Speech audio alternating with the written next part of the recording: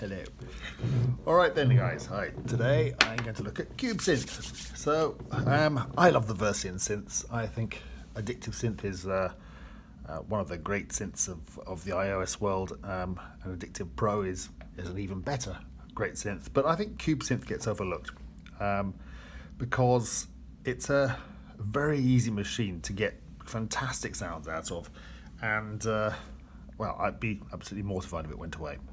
So what do we got with cube synth? Well, it's a vector synth in as much as it's got 4 separate sound sources and you morph between them with this kind of vector thing. Now, you'll be familiar with this if you've got Gadget, you've got the Kiev thing, which has, again, 4 different oscillators and you're morphing between them. And also if you've got iProfit, which is a great machine, again, you've got the 4 different oscillators and you're morphing between them. But what you've got with cube synth, which is slightly different, is you've got 4 additive synthesizers. So effectively oscillators, but they're additive synthesizers. So for each one, as with all additive synths, you've got a set of partials. I think it's 512 with cube synth, but it might not be. It might be 200, whatever. Anyway, and these are all the partials of the sound. Now, you'll be familiar with that if you've already seen Addictive Synth, but what makes this so cool, and what the trouble with any kind of additive synthesis is that if you set all these partials to exactly the right levels, you can make pretty much any sound, because you can make any sound you want out of the various sine waves at different harmonic levels, or at least any musical sound. The nice thing about this is that also it gives you the option to set the attack on any of these partials and the decay on any of these partials, so you can have different parts of the partials coming up and down at any one time. You can also set the pan position of any of the partials. You've also got a filter. Now, strictly quite redundant. You shouldn't really need a filter if you've got if you're working with an additive synth. The filter is more of a subtractive thing. If you've created all your partials in the right place with the right attack and decay on them, you shouldn't really need a filter. So the filter is a strange addition, but is a bit like a shortcut. As you can see with this particular, this is one of the preset settings I've got on A here.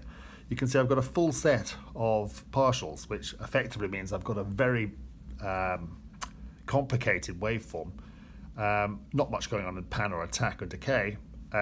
Everything is decaying at the same level, but I've got a filter on there. So what I'm actually doing here is I'm using A as a subtractive synth, and we've also got a noise oscillator on that. And then over here I've got B, and then over here I've got C, and then over here I've got D. And here I've got an envelope that's morphing between them.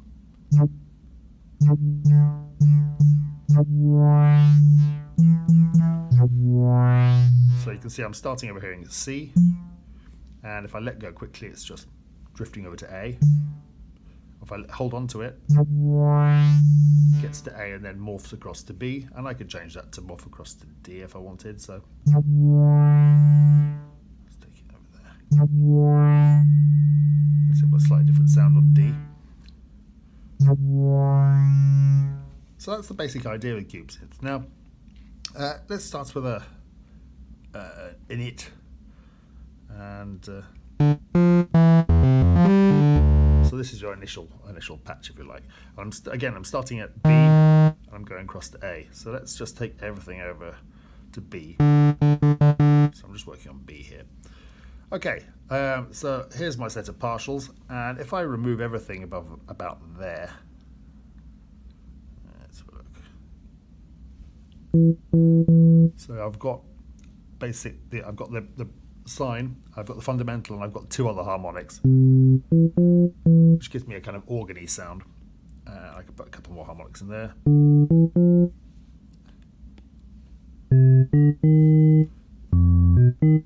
Okay, you can hear the upper tones coming in.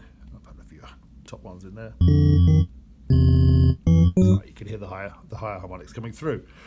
Now, over on the pan position, I can mess around with the pan position. So I've got some coming in one ear and some in the other. And now on the attack, what I'm going to do is I'm going to set the attack slightly slower at the top end so that it'll start off with the fundamental and the lower harmonics, and then these should sneak in. Maybe a little bit more.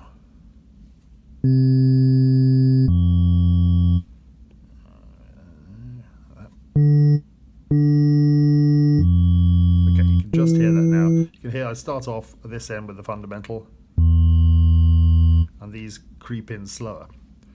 And then to decay, I'm going to make the top end decay off faster as well. So I've got a note that starts off quite dim, gets lively, and then goes back down again. Let's take a bit more out of that.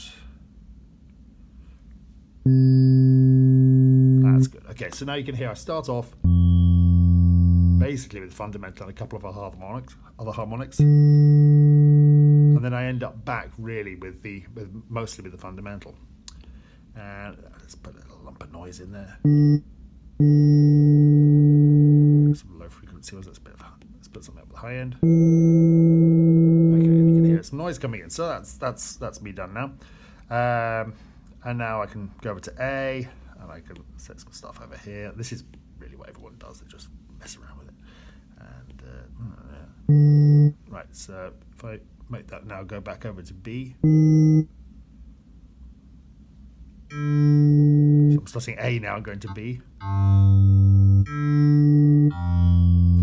Let's set something else over here on C. So let's have something with lots of fundamental and not much in the top range. And let's have a bunch of noise here. And then on D, I'm going to have, how should we do it? Let's just use the filter on D. So we'll leave everything pretty much as is, and we'll put some filter in there. Now I'm going to go to the envelope tab. Now the envelope, I admit, I found really quite complicated when I started off until I found the tools bit here. And now I can set things that are quite straightforward. So let's morph A, B, C, D. So we start off at A, go around A, B, C, D, ADSR, so ADS and R for release, and then go back to 2D.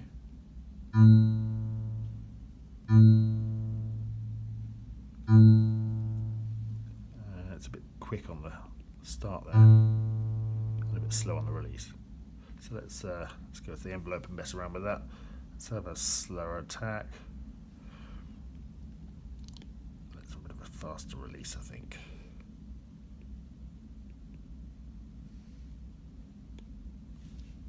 And go back. Let's put that right.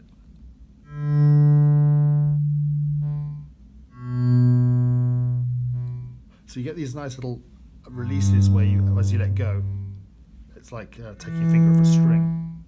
And also, because I'm ending my note on D, you'll notice that as I let go from anywhere I am, the blobs are all skipping across to D at the end. So you get some quite nice effects there. Now, the brilliant thing about CubeSynth is you don't have to worry about any of that because it has the best random preset generator in the world. If I just... You can start off with little blips and weird noises that sound like alien creatures or ET. You can just stretch them out and do some stuff. And you can get some really funky rhythmic sounds out of this. Let's see if I can find one of them. Okay, try this one.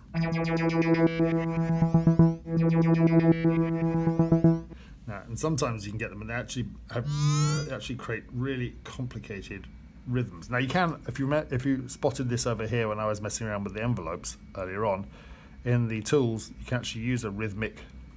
Let's have 16ths A, B, C, D, A. And if I go back to my 2D here. So you can build up these weird rhythms with this as well. Now, as with all Versin apps, it's got the amazing ARP, which is a standard issue, I guess, for all Versin apps, and this one is no exception. It hasn't got the 4 different playheads that you would find in Addictive Pro or in Arpeggist, but it is very nice ARP nonetheless.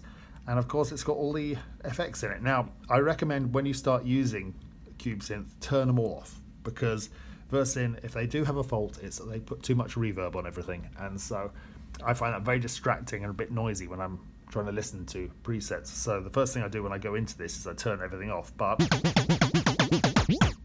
can turn on.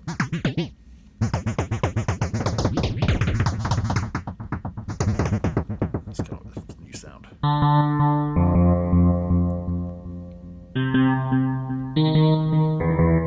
Because once you've got the sound that you want, the phaser and the chorus and the ensemble actually give you some great warmth going on here, because I find that additive synthesis can be a little bit cold sounding. So